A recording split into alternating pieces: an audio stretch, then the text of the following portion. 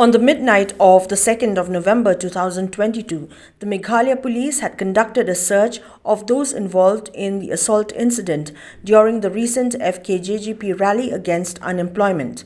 During the process, the police were able to arrest two persons that include Gary N Thangkhiew from Mawlai and Dapkmen Syiemiong from Jaiaw Langsning, Shillong. While both were taken to the Sadar Police Station for interrogation, it is not yet known as to the sections under which they have been booked.